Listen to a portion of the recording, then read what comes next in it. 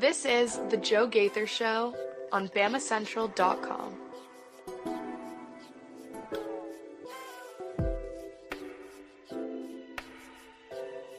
Good afternoon, Tuscaloosa, Internet world, West Alabama. How we doing today on this Friday, the first Friday in 2025? What have you done already to make your year better? It's Friday. It's the Joe Gaither Show on Bama Central. You're watching us on Bama Central and BamaCentral.com. You're checking us out on Facebook, Twitter, and YouTube at Joe Gaither 6. You're listening to us on Spotify, Apple Podcasts, and Amazon.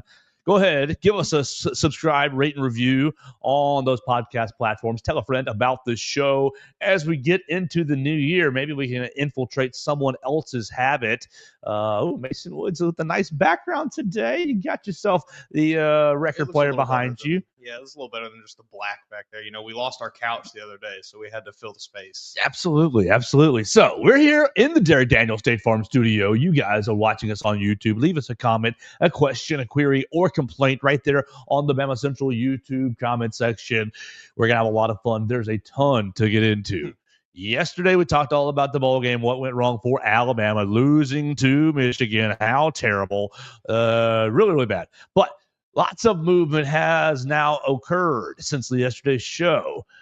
We're recording this 10 o'clock on Friday morning, so that'll just give you a timestamp if you're listening to this later throughout the weekend. Probably more movement to come, but so far, this is the movement that we have. Mason Woods, correct me. Make sure you follow Mason Woods at MAWoods_ on the Twitter machine. But I've got Jod Campbell, Tyler Booker, and Jaylen Milroe all declaring for the NFL draft. Congratulations, sayonara. Go be first-round picks for all of you. Draft picked 1, 2, and 3 in all of our hearts. We'll talk about that in just a second. We're just highlighting the moves right now. We've got Amari Jefferson and Jaylen Ross, 2 freshmen. And did we say Jaron Hamilton yesterday? I think we mentioned him at the end, but didn't really go into much detail because there we go. These are the 3 players who have now gone to the portal post bowl game: Jaron Hamilton, Amari Jefferson, and edge rusher Jaylen Ross. You wish these guys good luck. We'll talk about them in just a second. And we have some coaching changes. Alabama is dismissing Colin Hitchler. Safeties coach Colin Hitchler is moving Maurice Linguist to the entire secondary and is making Chuck Morrell, the defensive assistant, the special assistant, who is not really an on-field coach last year, making Chuck Morrell your inside linebackers coach and making Kane Womack the singular defensive coordinator. So, a lot to get into here on Bama Central. We're live in the Derek Daniel State Farm Studios right here off of McFarland Boulevard, right here in Northport. You can find us just past the Tiger Rock on the left. Call Derek and his team at 205-758-3391 for all of your insurance needs. Like a good neighbor, Derek Daniel and his team is there. His team is great. They're waiting on your phone call right now. Red, Reach, and Victoria will be happy to talk to you. That's 205-758-3391. Call and see how much Derek can save you today. Mason Woods, good Friday to you. Good morning. How we doing? Doing good. You hit hit everything there. It seems like we've got a lot of things going on between yesterday's show and today's. Big news in the Alabama world. Seems like just probably the first of a lot of moves to come, I would imagine. Yeah. So your draft announcements are nearly done. Let's start with that because that's the easiest place to go, right? Your draft announcements are nearly done. You say goodbye to Tyler Booker and Jod Campbell. Those were givens. But, I mean, anybody with a brain knew that was happening. Exactly. And then you get Jaylen Milroe as well.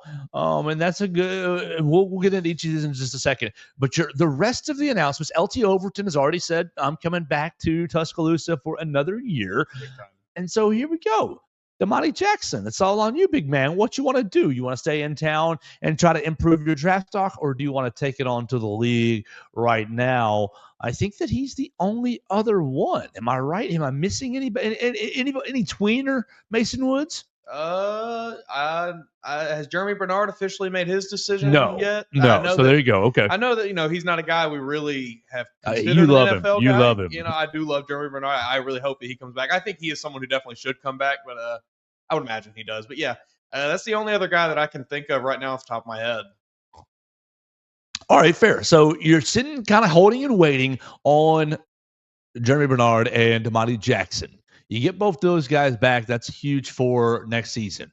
I would be surprised to see Jeremy go. Mm-hmm. I think Damani's 50-50. I kind of think Damani's 50-50. I'd be pretty surprised to see Jeremy. So look, happy for Tyler Booker. Who goes first? Tyler Booker or Jahad Campbell? Oh, that's tough.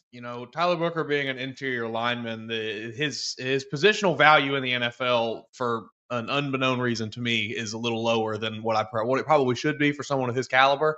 A lot of teams just don't view guard as like, we have to go get a top tier guard. But I do think he probably is a first round pick. I'm going to probably go Jahad Campbell. Just from a purely like an impact standpoint, what they could both do in their first year. I think if Jahad Campbell is able to be an impact player, he'll probably have more impact overall than say, if a left guard comes in and plays real well. I think they're both getting picked between 15 and 25. And 8 and 27.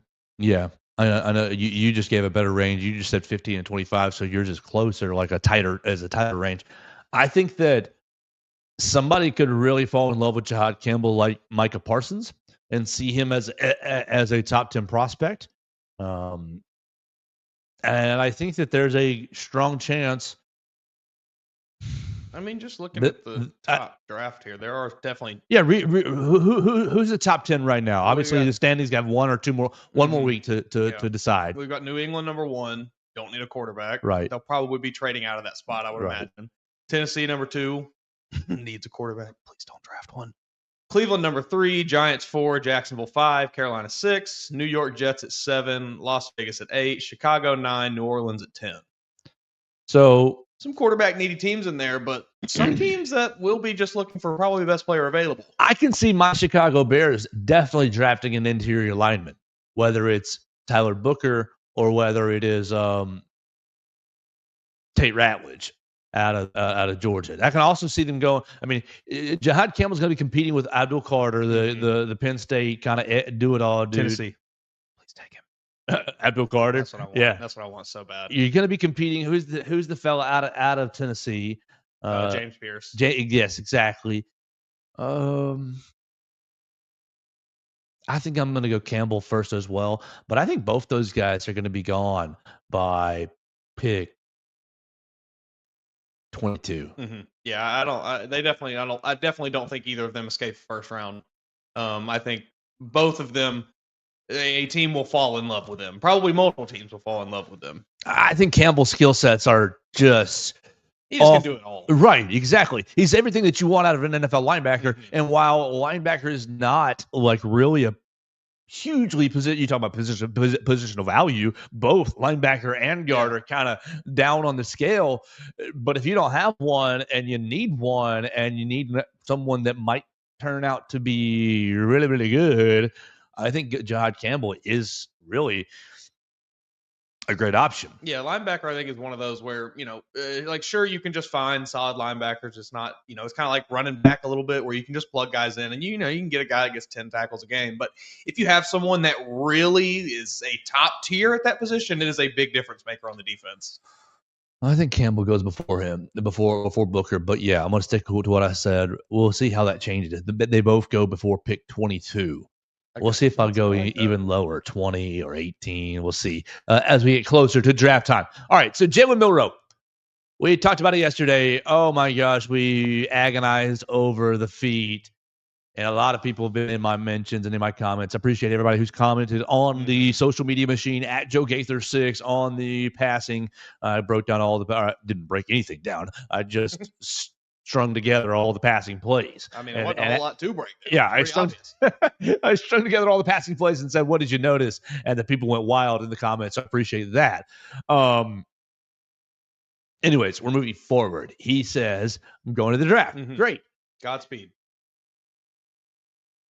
I think we all have a really sour taste in our mouth today. Sure. But I think you alluded to it yesterday, Mason. He's probably going to work out very well at the combine, and my man's going to have the right answers in the Absolutely. boardroom. I think, as far as politically speaking, Yes. maybe not X's and O's. I Mhm. think he will to a degree X's and O's on the whiteboard. How do you think he would have done on an episode of Gruden's QB camp?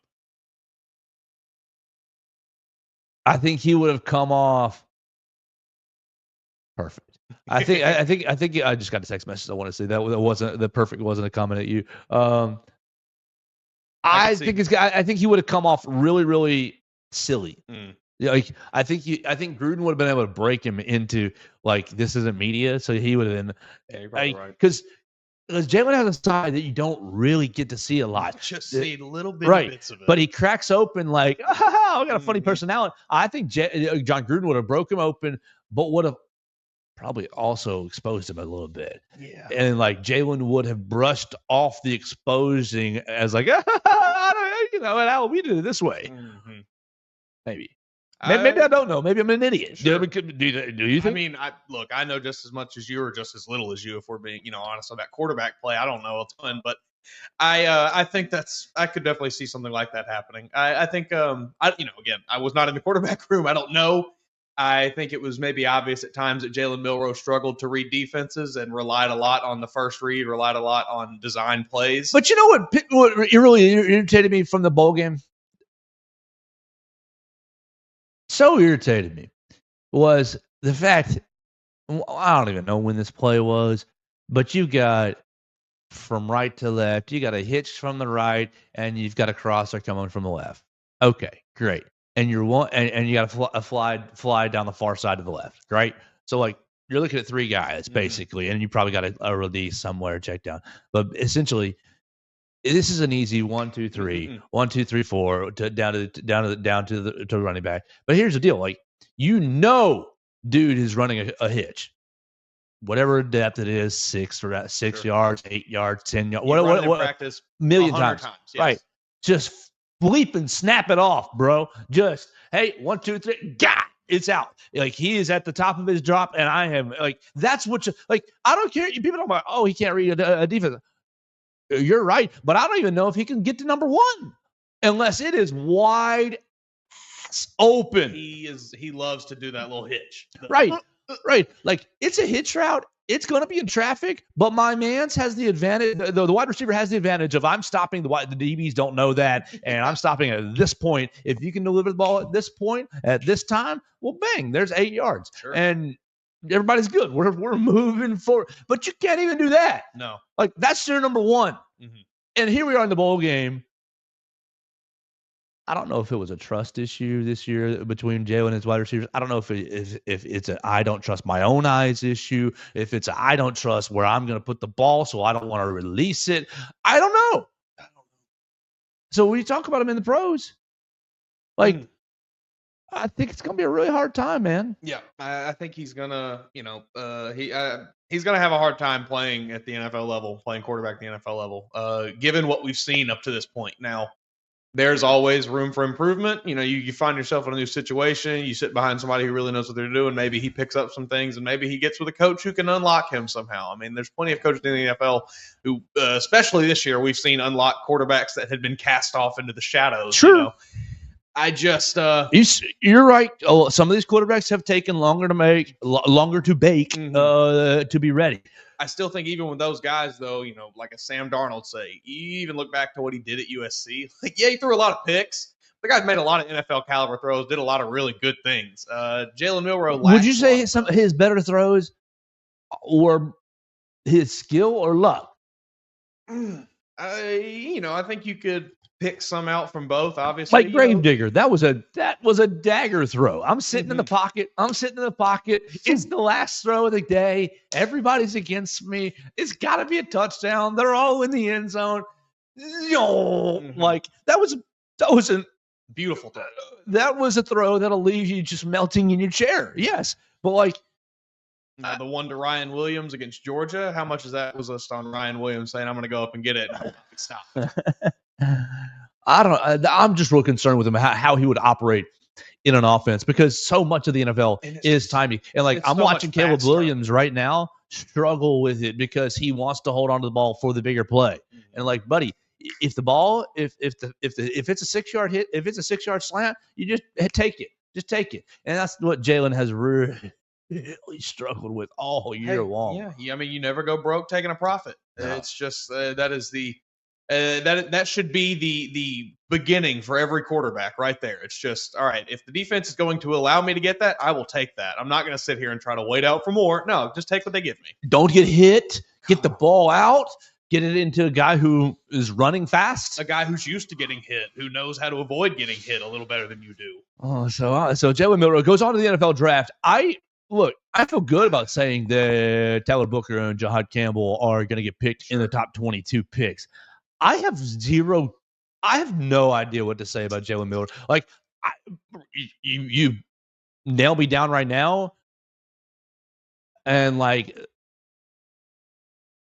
I don't know. I got a bunch of thoughts in my head. I have 5th round pick going in my head. I have 3rd round pick going in my head. I have Spencer Rattler picked. Ooh, that's a good idea. That's was he a 5th for the Saints? So. That's a really good idea. 5th round pick. Okay. That feels like an appropriate, because I don't believe that any team is going into this draft thinking we need to go get Jaylen Milroe to be our quarterback. But there will very likely be many teams who say, well, we can take a flyer on the guy. You're right. You're definitely right on that. Don't do it, Chicago. It feels. You know what it's going to do? It's going to be the Packers, because they're going to let Malik walk, and they're just going to do the exact same thing with Jaylen Milroe they do with Malik Willis this year, when Jordan Love goes down inevitably because he's made of glass. And Jaylen Milroe is going to break my heart as a Packer. He's going to be like, I'm going to beat your Bears anyways. Yeah, you're right. If he goes to the Green Bay Packers, they will fix him. Sure, they will fix him. That's out of my mouth, but they will fix him. That could be hey, more power to you. Good luck. Yeah. I hope that works out for you. Yeah, absolutely. I do. I hope you find a situation where you can be utilized in that way.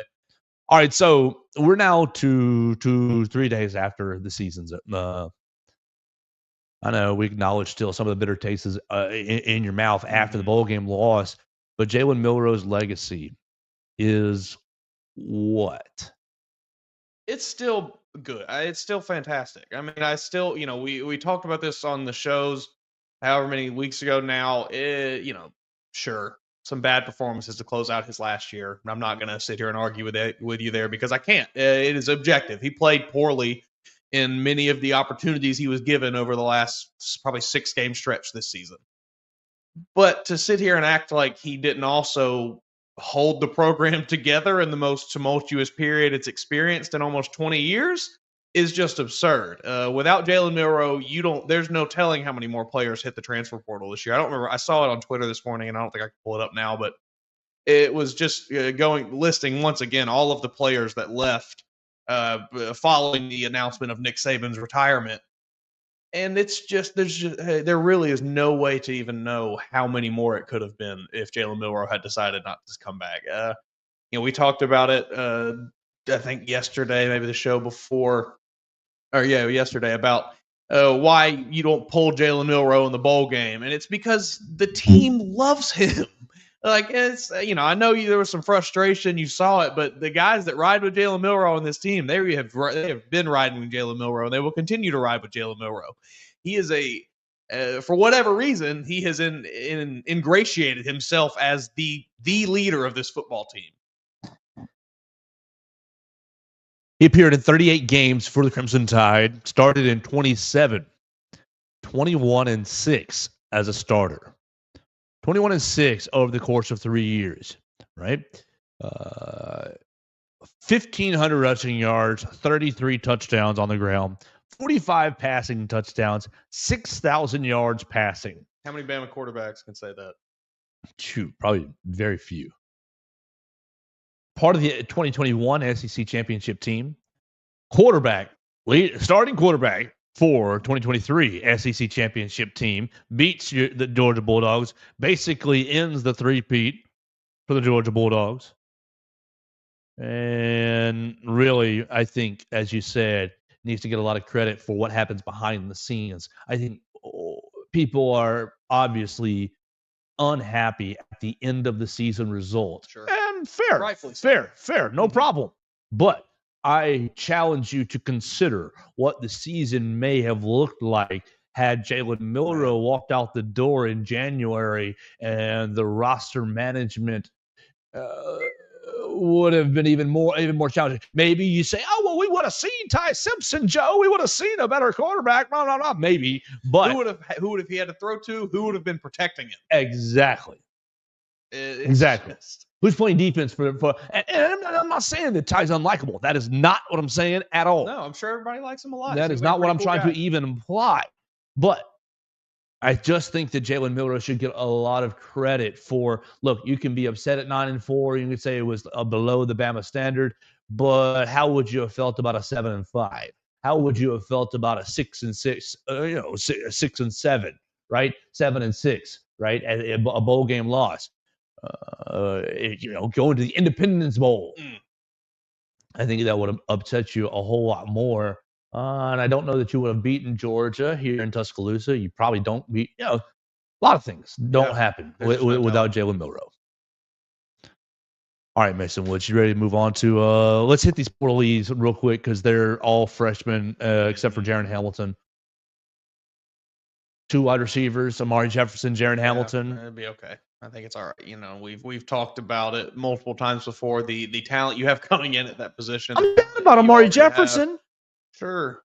I'm a Chattanooga man. Baylor High School. Oh, okay. He'll probably go play somewhere. He's gonna probably do well. Amari, look, please listen. If you watch this show at all, if any of your friends watch this show, if your family members in Chattanooga watch this show, you've been on the show twice now, and I really appreciate it. I love you. Don't go to Tennessee. Ole Miss, great. Georgia, great. Wherever. Miami, whatever.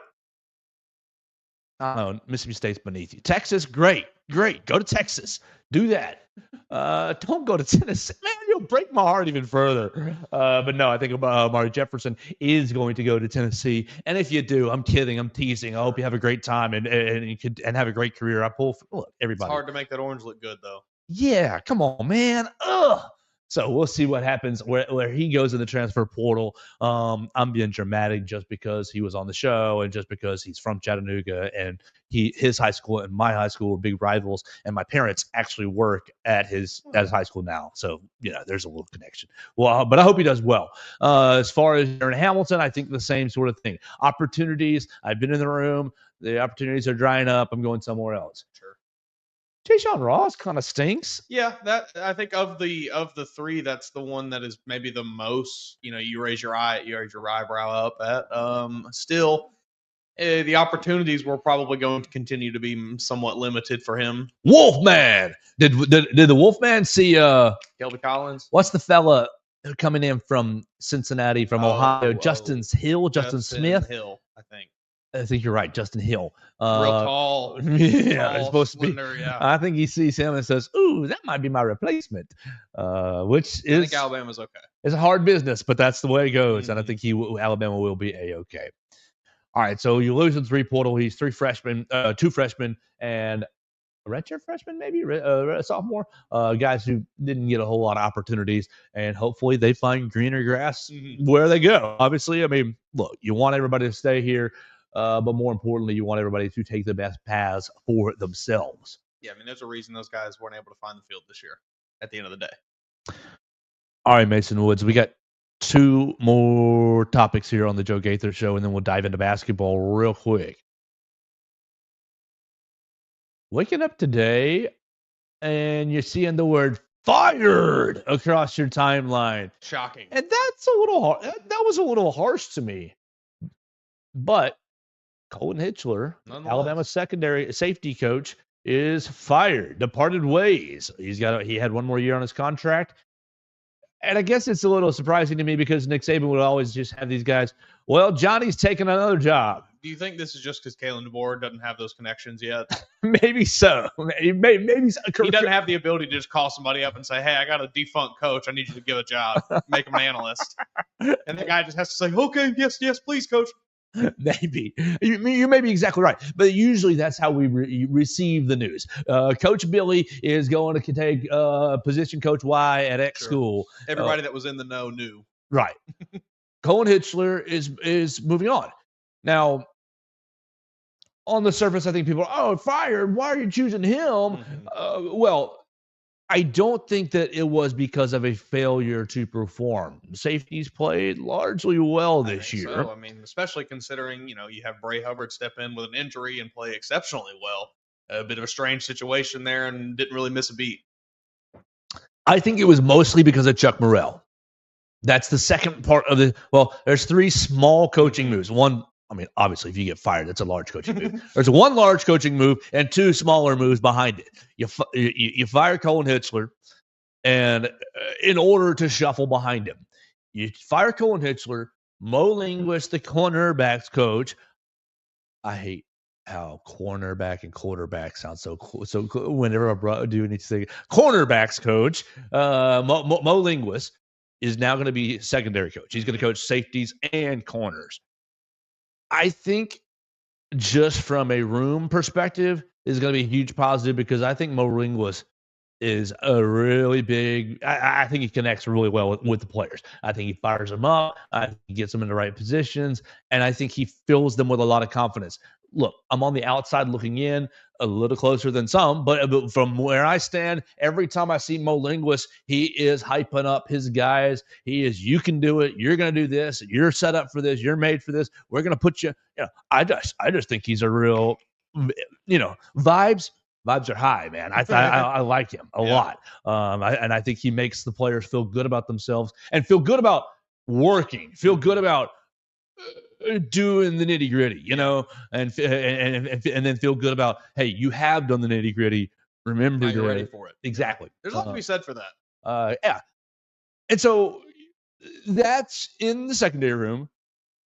But I don't think you fired Colin Hitchler because he didn't do a good job. I think you fired Colin Hitchler to retain Chuck Morrell. Chuck Morrell has been basically an analyst, defensive analyst, but I'm pretty sure he has some special assistant tag on his job, special assistant to the head coach, or special assistant to the defense. To the head coach. Yeah. And he came from Washington, right, to Alabama and took this demotion. Yeah. I mean, he was the co-defensive coordinator and safeties coach at Washington last season. And so I think that really, it's not about Colin Hitchler did a bad job. It's about we want to make sure that we keep Chuck Morrell on this staff, and he's got to get on the field so that the pay bump can make sense. Sure. And obviously, if you were at any time that we were at practice, which was about 12 times this year, 12 more times than we ever got, so thank you for that. Chuck Morrell was working with the inside linebackers. Chuck Morrell's coaching Todd Campbell, coaching Deontay Lawson. He was the one getting those guys up, and Kane Womack's kind of floating around the defense. I think that's going to continue. I think all that is going to just continue. People talk about, changes, blah, blah, it sounds like a big change. No. Womack on paper was inside linebacker and defensive coordinator, but it was really Chuck Morrell just coaching those guys and Womack kind of floating.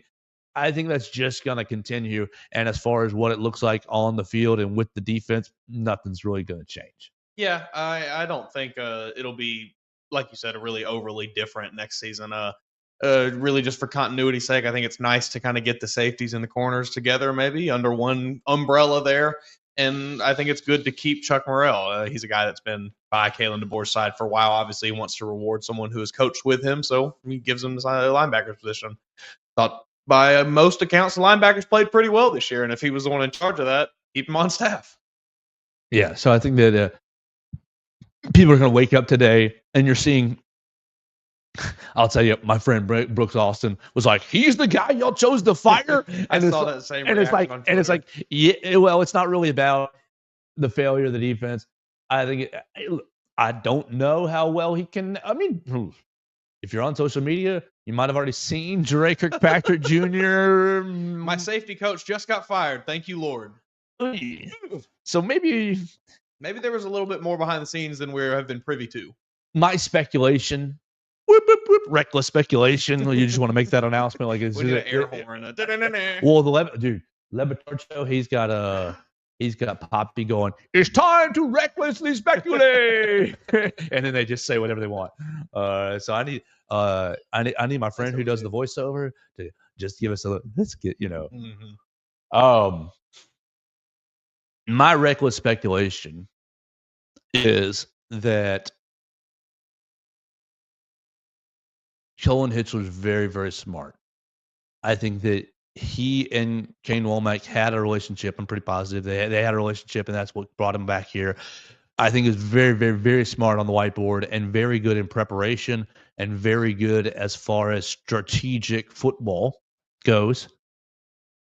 But I wonder how well he connected with the 17, 18, 19, 20-year-old young man and got them ready to play from an energy standpoint. Now, I don't know because I'm not at all the practices. We only saw 10 minutes of about 12 practices or so. We'll just be upfront about that. But I would say my experience with Colin Hitchler was, any interviews, any scrums, that's all it was. I don't want to oversell it.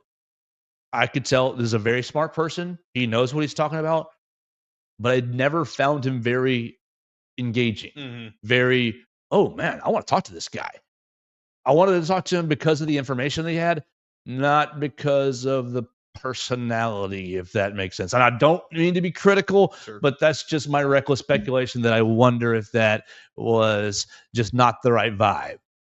Him and Kane Womack did spend some time together in South Alabama. So, I think that is something that is maybe not talked about enough with coaching and things in college football is just the ability to connect with players, especially if you are a position coach, because you're spending the most time one-on-one with these players. And if you can't connect with them, you gotta move on. It's so important to have a coach or to have positional coaches that can be or have relationships with their players or have very positive relationships with their players. And if you can't have that, it's time to move on. No, I want to be clear. My sample size with Coach Hitchler, as far as with people, was very small. Only 3 or 4 scrums the whole year with him, and again, seeing practice a handful of times. So I don't want to be like, yeah, I saw him every day. Oh, I know this guy. Sure. Like I could say I kind of have a good feel for who Mason is. But like that was my feel in limited interaction. Perhaps it was totally different, and I want to leave room for that. But that was just my reckless speculation. Now, Mason, before we get to basketball, I think I have a comment to look at. Yep, update on Sarah Ashley Barker injury. Carson Walker. Maybe you can look at that. Perfect. See if there's anything on before we get into basketball. Your show, All Things Bama. We're going to record All Things Bama here in just a minute. And Mason Wood spent a lot of time, so we're not going to burn this topic right here on the Joe Gaither Show, but I want to tease and tell you to download the All Things Bama podcast because we're going to talk about the All-American game. Keelan Russell appeared to get hurt, but has gone on social media. Let's follow it up and be clear. Has gone on social media and says, no, I'm not hurt, can't keep me down or something like that. And it says, I'm ready to go to Alabama. I know there's a big like, oh no, is he hurt? Is that going to ruin his chances to play in spring? It did not look great, but he's okay. So I want to hear all about the Under Armour All-American game with Keelan Russell on the All Things Bama podcast with Mason. He's going to lead that. That's going to probably be the primary topic right there, and then he's going to talk about the bowl games as well on the All Things Bama podcast. You see anything? Did Sarah Ashley get hurt? Yeah, it appears that she did have an injury. All I can gather, though, is that head coach Christy Curry said last night that the severity of the injury is unknown and they will know more this morning. And I'm guessing that information has not been released yet. Yeah, I've got the press release from last night. They win 7. Hey, the ladies, they're killing it. It's time. I have been such a hater. I'm sorry. I'll be honest with the listeners, the viewers. I have been such a I don't care about the women's basketball program. They're doing the thing to make you care. They're winning a lot. They beat Florida last night 79-69, the number 19 in the country. This says it appeared to be a left leg injury, and she was helped no. off the court and went straight to the locker room. Oh no! So maybe I can send some. I'll be honest. They're 14-1. I'll be honest. I barely follow them, so that comment was thank you, Carson Walker. That comment was a little bit of news to me. Because dude, she's a baller. Yeah, she is a free. 10 points before she went down in that game. It was the second quarter. She can play some basketball, for sure. So we'll keep an eye on that as we need to. We need to ask: is there room on board the Alabama women's basketball bandwagon? Because I, self-proclaimed, have not been on board, so I need to ask permission. You got the gatekeeper sometimes, but. Big basketball game tomorrow. Alabama takes on the Oklahoma Sooners right here in Coleman Coliseum. The SEC home opener. I mean, you couldn't ask for anything better. An SEC home opener against a top 15 squad at 5 o'clock. I mean, perfect. Saturday, 5 o'clock. Perfect time. You all can plan your day around it to get down here from Birmingham. They are, let's see, Oklahoma. They're undefeated as well. Where's their schedule right there? Aren't they undefeated? 13-0. Oklahoma, have they beaten anyone significant? Lindenwood, Northwestern State, Stetson, East Texas A&M? No. Providence, Arizona. Here we go. Wow. Okay. Providence, Arizona, Louisville, Georgia Tech, Alcorn, Oklahoma State. We beat Michigan. We beat Central Arkansas and Prairie View. So they got a few good wins right there. Yeah. They got a few good wins. This appears to be a pretty tough Oklahoma team. I think Porter Moses has them a squad this year.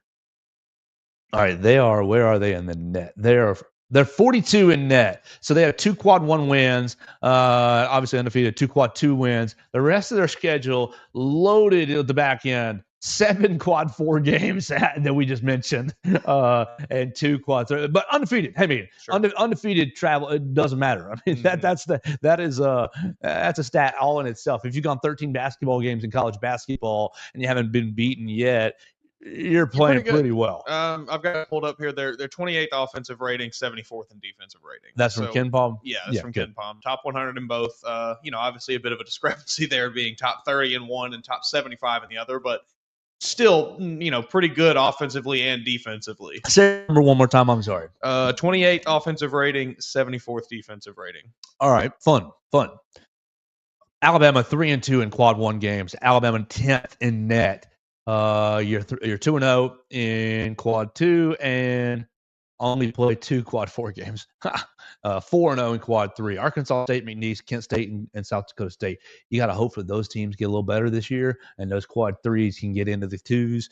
Alabama 4th in offensive rating, 46th in defensive rating, just for the record. Would like to see that get up a little better. Maybe this game is the time it happens. All right, so we talked about the Sunday game last Friday, asking what did you want to see out of Alabama basketball from South Dakota State.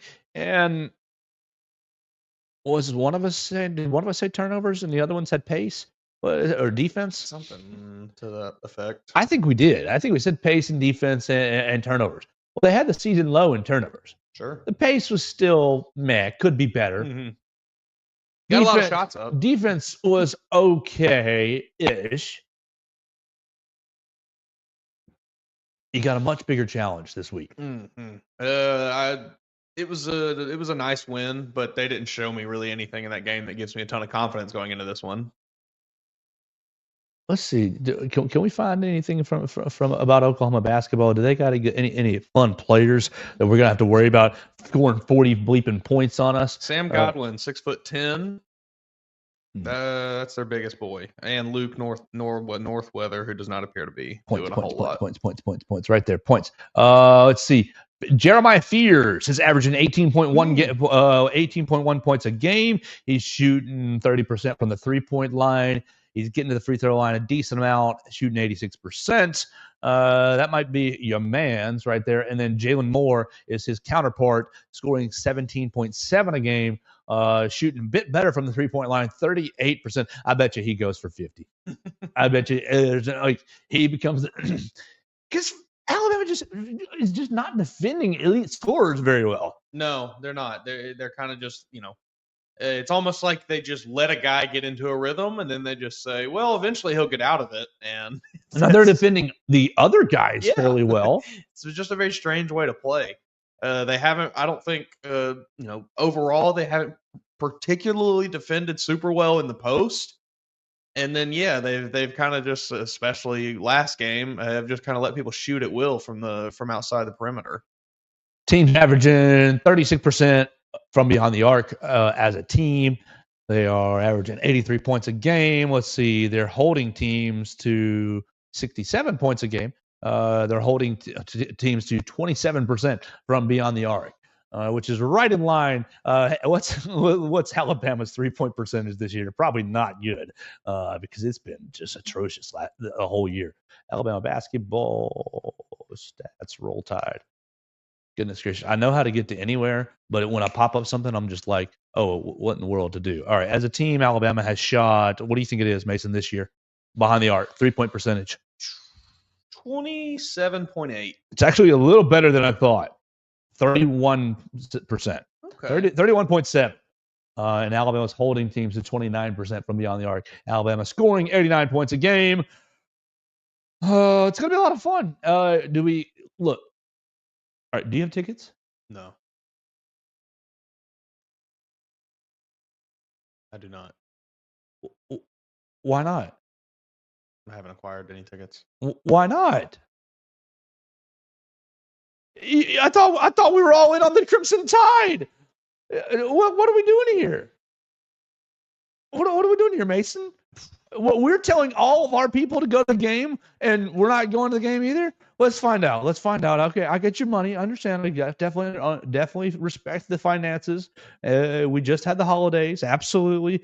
University of Alabama. Oh, Saturday. I'll tell you exactly why I'm not going to be there.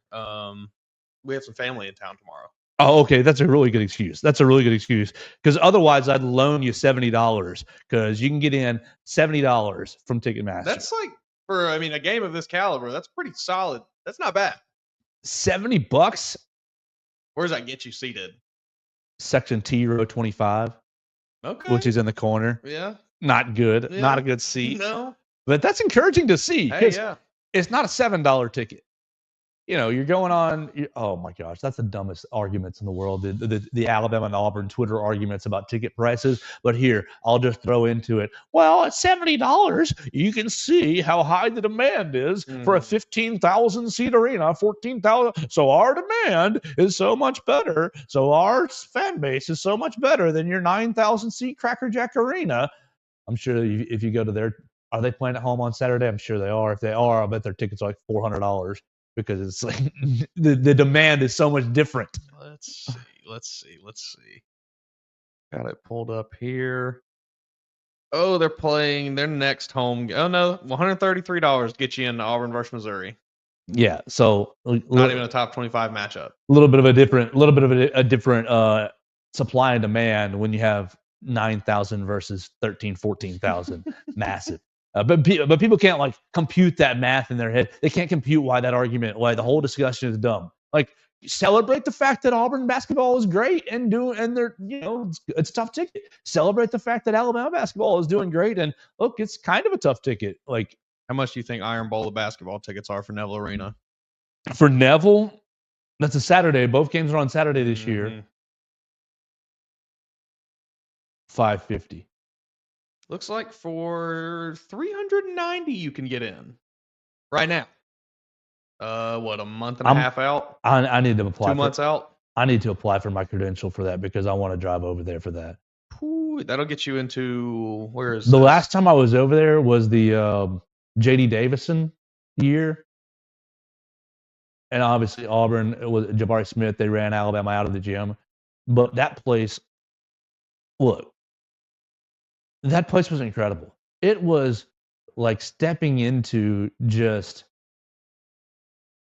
Oh my gosh, that place was incredible. It was so loud the entire like from the jump. I walk into the arena. Now, the media seating is pretty horrible, but That's what I've heard. that's fine because you're in the building. You're up there like on the top of the rail of the bowl, and so like people were behind, like standing behind me the whole time, going, warming up. You know, they're just like right behind Ferociously me. trying to type this story. And like when the play was on the close end of the court, I'm standing up because everybody else is standing up and like you can't see over them. But hey, amazing environment. So I'm looking forward to 2 great Iron Bowls of basketball this year. You going? Come on, we got to find. Look, if you have any extra tickets, Mason Woods would like your ticket. Would like 1 or 2 or 5 tickets. How many people are here? You said you're seeing family? 4. We need 4 in this case. We're looking for 4 for Mason, his wife, and his mother and father, or their mother and father, mother-in-law and nephew. Perfect. To get him in there, nephew needs to see a big old Alabama game and yell. See, he's only like 4 though, and he would remember it. But I really would rather take him in maybe a year or 2 when he really can like understand what's happening. Because you know what would happen. Y'all would get in there, and he'd get pissed off, and we'd have to leave. Exactly. Yeah, he'd start crying. He'd get all squirmy. I love the kid to death. But 4 years old. It doesn't matter the kid. You can't sit there for 3 hours. It's not about the kid. Yeah. It's about the age. That's asking a lot of him. Maybe we could get him in there and get him like hopped up on some sugar or something. And he'll get squirmy, and then. But yeah, no. Halftime, he's ready to go. We'd have to be walking around the concourse. He'd be ready to roll out, I think. So maybe we got to postpone taking the kid to a basketball game, taking the little guy until he can really get locked in. Because right now he's just a big NASCAR fan because his dad's a big racing sports fan, and he watches football a little bit. Haven't gotten him on basketball though. All right. Well, Saturday at 5:00, we will be in Coleman Coliseum. Myself, Hunter DeCyber, and Katie Wyndham.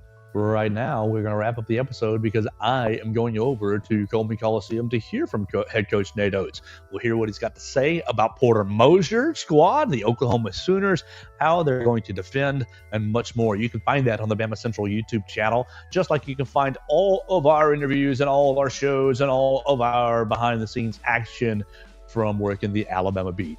We appreciate everybody watching us each and every day. Follow Mason Woods at @MAWoods_. Follow me at Joe Gaither 6 on any social media machine. We can be heard on Spotify, Apple Podcasts, and Amazon. We're live in the Derek Daniels Studios, and we'll be back to talk to you on Monday right here on the Joe Gaither Show on Bama Central and BamaCentral.com. Thanks for joining us on today's edition of the Joe Gaither Show on Bama Central. Keep up with Joe on all his social media pages at Joe Gaither 6. Subscribe, rate, and review the show on Spotify and Apple Podcasts, and be sure to read us daily at BamaCentral.com.